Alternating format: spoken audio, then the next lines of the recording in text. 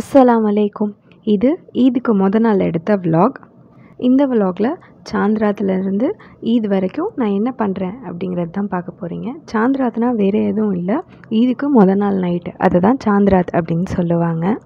அப்புறம் சொல்ல மறந்துட்டேன், எல்லாருக்கும் ஈதுல் ஃபித்ர் முபாரக். சாரி, ரொம்ப லேட்டாக விஷ் பண்ணுறேன். வீடியோலாம் எடுத்து வச்சுட்டேன், ஆனால் வாய்ஸ் ஓவர் கொடுக்குறதுக்கு எனக்கு டைமே இல்லை.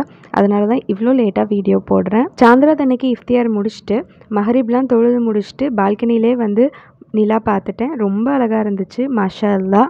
எப்போதுமே எங்களுக்கு ஈதுக்கு நாள் மூணை வந்து மாடியில் போய் பார்க்குற பழக்கம் இருக்குது. அதனால் தம்பி மஸ்ஜித்லேருந்து தொழுது முடிச்சுட்டு வந்த கையோட மாடிக்கு போய் மூணை பார்க்க ஆரம்பிச்சிட்டோம். அப்படி பார்த்தா தான் அதில் ஒரு சாட்டிஸ்ஃபேக்ஷன் இருக்கும்.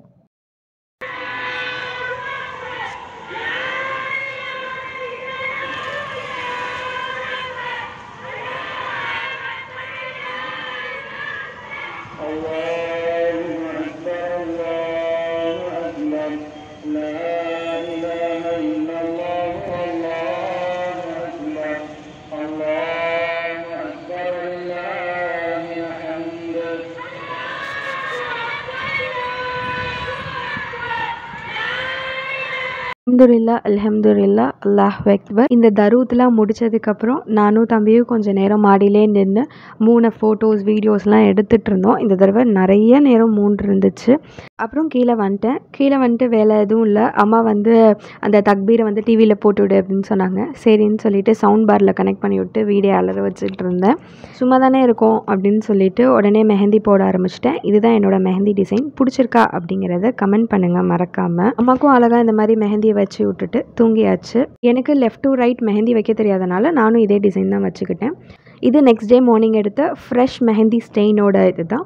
செம்ம சூப்பராக வந்துருந்துச்சு. எனக்கு ரொம்ப ரொம்ப பிடிச்சிருந்துச்சு இந்த மெஹந்தி டிசைன். அப்புறம் அந்த ஸ்டெயினும் என்னோடய கைக்கு எப்போதுமே மெஹந்தி நல்லா டார்க் ரெட்டாக வந்து செவக்கும்.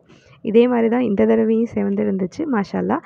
அப்புறம் எந்திச்சு கொஞ்சம் தண்ணி குடிச்சிட்டு ஃபேஸ் வாஷ்லாம் பண்ணிவிட்டு அசர்லாம் தொழுது முடிச்சுட்டு ஹாலுக்கு போனேன். அங்கே பார்த்தா பரபரப்பாக எங்கள் அம்மா கிச்சனில் என்னமோ சமைச்சிட்டு இருந்தாங்க. ஈத் அன்னைக்கு காலையில் ஒற்றைப்படையில் வந்து ஏதாவது ஒன்று எடுத்துக்கணும் அப்படின்னு சொல்லுவாங்க. நாங்கள் எப்போவுமே பேரிச்சம்பழம் தான் ப்ரிஃபர் பண்ணுவோம். அதை சாப்பிட்டு முடிச்சுட்டு சரி ஃபேஸ் பேக் போடலாம் அப்படின்ட்டு இந்த உப்டான அர்பன் க்ரீம் தான் வந்து எடுத்து போட்டுட்டு இருந்தேன். சாரி, க்ரீம் இல்லை, பவுடர். அதை எடுத்து மிக்ஸ் பண்ணிவிட்டு ஃபேஸில் போடலாம் அப்படின்ட்டு மிக்ஸ் பண்ணிகிட்டு இருந்தேன். இதை தயிர் கூட, தண்ணிக்குள்ளே, ரோஸ் வாட்டர் கூட, எது கூடனாலும் நீங்கள் மிக்ஸ் பண்ணி ஃபேஸில் அப்ளை பண்ணலாம். ரொம்ப நல்ல ரிசல்ட் தரும். நம்ம டேன் எல்லாமே ரிமூவ் பண்ணிடும். கண்டிப்பாக ட்ரை பண்ணி பாருங்கள். கொஞ்சம் சீக்கிரமே எழுந்தனால நிறைய டைம் இருந்துச்சு. அதனால தான் இப்படிப்பட்ட ஒர்க்ஸ்லாம் பண்ணிகிட்டு இருந்தேன். இல்லைனா எப்போதுமே நான் வந்து ஈத் அன்னைக்கு காலையில் இந்த மாதிரி ஒர்க்ஸ்லாம் வச்சுக்க மாட்டேன். ஃபேஸில் ஃபுல்லாக நல்லா அப்ளை பண்ணிவிட்டு ஒரு 10 to 15 மினிட்ஸ் அப்படியே காய விட்டுட்டேன். காஞ்சதுக்கப்புறம் ஃபேஸ் வாஷ் பண்ணிட்டு வந்துட்டேன். நல்லா ஃப்ரெஷ்ஷாக ஒரு ஃபீல் இருந்துச்சு. சரி அப்படியே ஃபேஸ் மாஸ்க் போட்டுடலாம் அப்படின்னு சொல்லிட்டு குட் வைப்ஸோட கோல்டன் பீல் ஆஃப் மாஸ்க் தான் எடுத்திருந்தேன். யாருக்கெல்லாம் இந்த மாதிரி பீல் ஆஃப் மாஸ்க் வெளியே வரப்போ ஒரு சாட்டிஸ்ஃபைடான ஒரு ஃபீல் இருக்கும் அப்படிங்கிறத மறக்காமல் கமெண்ட் பண்ணுங்கள். எனக்கு ரொம்ப அதிகமாகவே இருக்கும். அழகாக அதை ஃபுல்லாக ஈவனாக ஃபேஸில் அப்ளை பண்ணிவிட்டு ஒரு 10 மினிட்ஸ் மட்டும் அதை அப்படியே காய விட்டுறலாம். சைடில் என் தம்பி ஈத் நமாஸ்க்காக கிளம்பிகிட்டு இருந்தான்.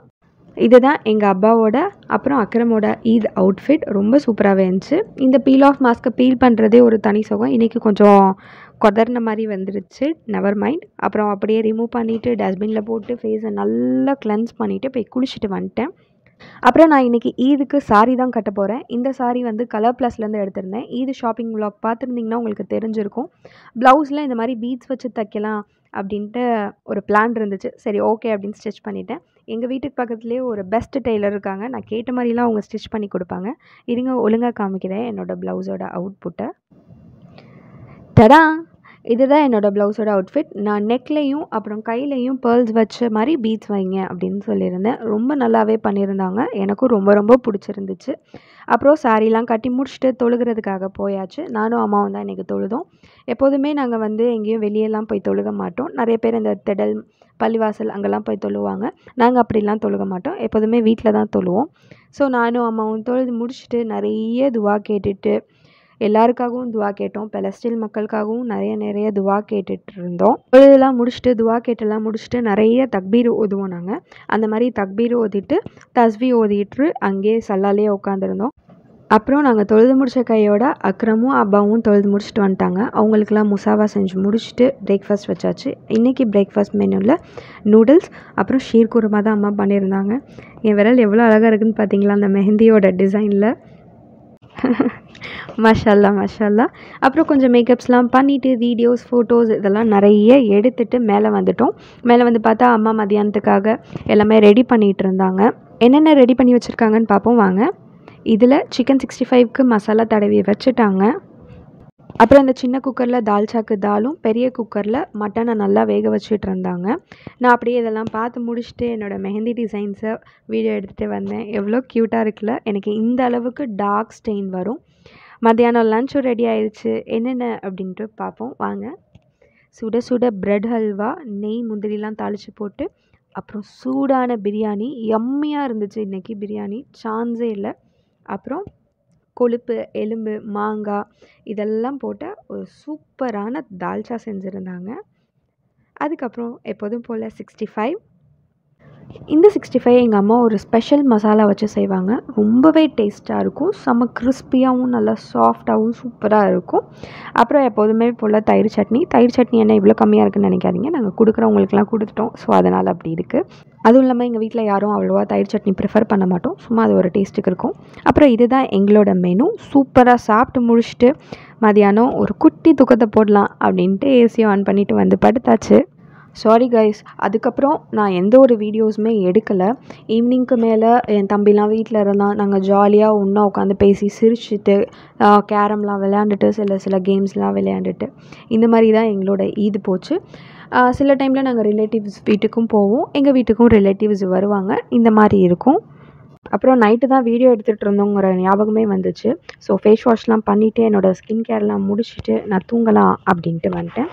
இதுதான் எங்களோட Eid vlog. Do like, share, comment and subscribe to my channel. Bye bye. See you all in the next vlog.